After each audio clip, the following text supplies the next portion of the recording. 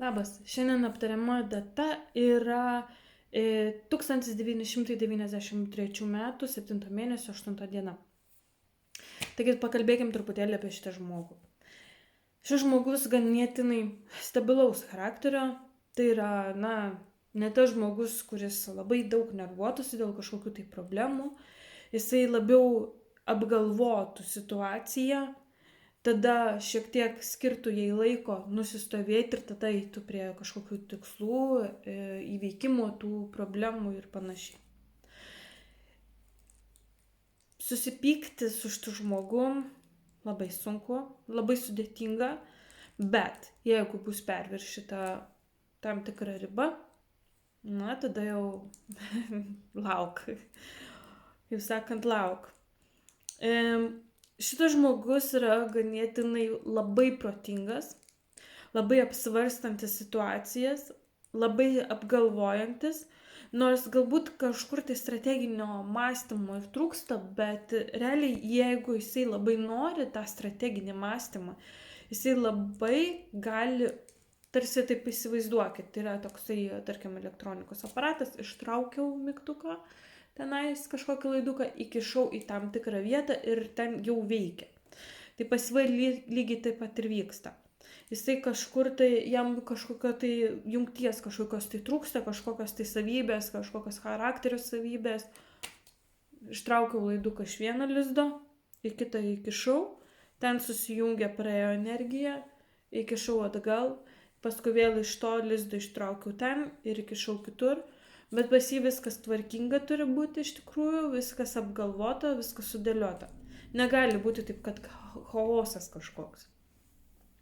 Minčių chaoso nelabai mėgsta šitas žmogus.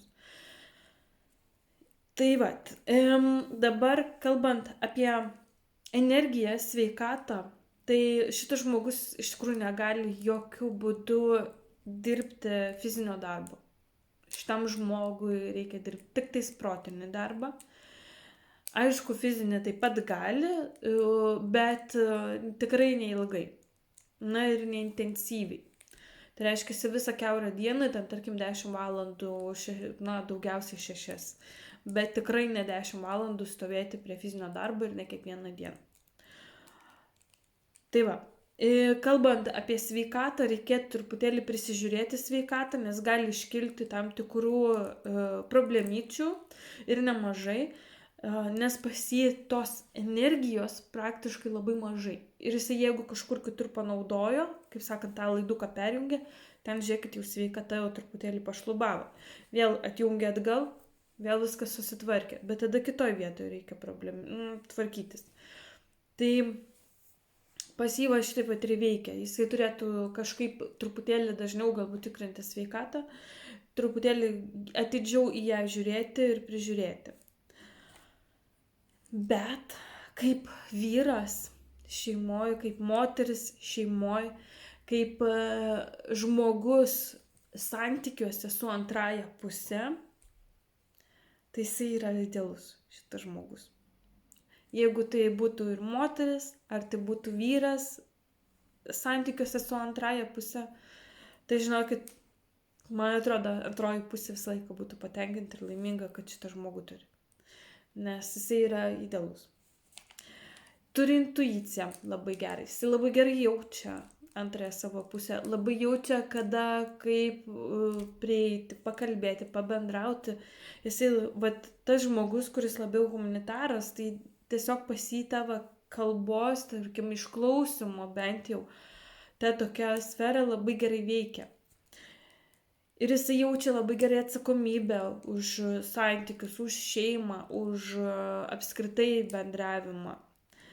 Gali kurti firmą taip pat santykiuose kaip firmos santykiuose. Gali būti geras vadovas.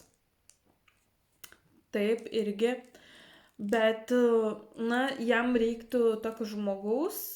Jeigu tai yra firma, tai tada, jeigu savo įmonėje atidarytų, tai reiktų žmogus, kuris tvarkytų buhalteriją. Nes finansinėje srityje truputėlį reiktų, kad jį prižiūrėtų kažkiek, nes jisai jiems sunku susidėlioti reikiamus punktus ir sudėlioti juos teisingai. Geriau, kad žmogus, kuris truputėlį jį nukreipia čia, taip, tokia strategija, anokia strategija. Bet kaip vadovas, kaip žmogus, kuris vadovauja žmonėms, su žmonėmis, tai jis pats idealiausias vadovas. Taip pat turi labai gerą atmintį, atmintis labai gera, gali atsiminti labai daug ir net iš praeitų gyvenimų kažką ir pritaikyti tai. Tai tokiu atveju, kaip sakant, šitam žmogui, jis tiesiog žino, tarkim, kažkur tai tokia situacija būtų, kad, tarkim, kitas pasimestų ir nežinotų, kaip elgtis, tai šis žmogus jau iš karto žino. Jau jisai supranta, kaip viskas veikia ir jam dėl to problemų nėra. Jo tikslai būtent išvystyti tą strateginį mąstymą. Ir strateginio mąstymo vystymas jam yra pagrindinis kaip ir tikslas. Su šeima atrasti harmoniją. Šeimoje, kad būtų tiek darbas, tiek šeima, tiek visi santykiai rastų savo balansą, kad nebūtų kažkurio tai, kaip sakant, viršus arba ne viršus, jam turi būti balansas tarp visko. Turi būti, aišku, griežtos linijos nubrėžtos, kad nebūtų ten, tarkim, chaoso, bet turi būti balansas. Tiek vienai, tiek kitai pusiai gerai. Pakankamai gerai. Proto ribose. Stabilumas. Vėlgi stabilumas tai yra strategiškai apgalvota situacija, strategiškai išspręsta ir viskas be chaoso savo mintise, be chaoso apskritai bet kur turi būti visur harmonija, visur balansas. Savigarba eina per intuiciją, tai reiškia, jeigu aš žinau kažkokią situaciją ir aš suprantu, kaip jinai veikia intuityviai, tai yra jo savigarba. Darbe šis žmogus gali praktiškai bet kokį darbą rinktis. Ir bet kokioj darbo srityje jisai bus puikus. Bet nesvarbu, kad ir kokią darbo sritį jisai besirinktų, kad ir kaip besirinktų, resursai eina per maksimumą. Tai reiškia, energijos, sveikatos gali atiduoti labai daug ir gal net per daug. Ir tada vėlgi krentant sveikatos. Tai čia šitą reikia truputėlį atrasti tą balansą. Talentai. Jam sekasi tą savo dalį išpildyti, kas liečia strategiją. Kas liečia strateginį mąstymą, jam sekasi susidėlioti savo mintis, susidėlioti savo eigas, savo žingsnius ir viskas tiesiog einasi kaip ir turėtų būti. Dabar temperamentas vėlgi, lygiai taip pat per tą pačią sferą, per tuos pačius kanalus, per tą tokį balansą, per strategiją, kad chaoso nebūtų. Turi būti viskas sudėliota, surimuota, gražiai, sakant, sutvarkyta taip, kad būtų tiesiog viskas aišku. Ir dvasingumas lygiai taip pat.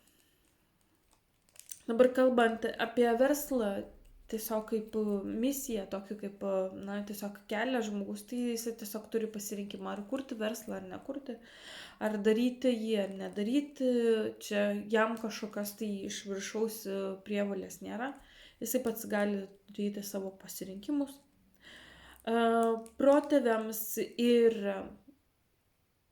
praeitiem gyvenimams misijos ir karmos yra tame, kad jisai turi išmokti elgtis tvarkingai, aiškiai, gražiai su pinigais. Išmokti juos strategiškai paskirstyti, neleisti jų kur nereikia, kad suaktyvintų maksimaliai finansinę gausą. Tai va, tiek apie šį žmogų.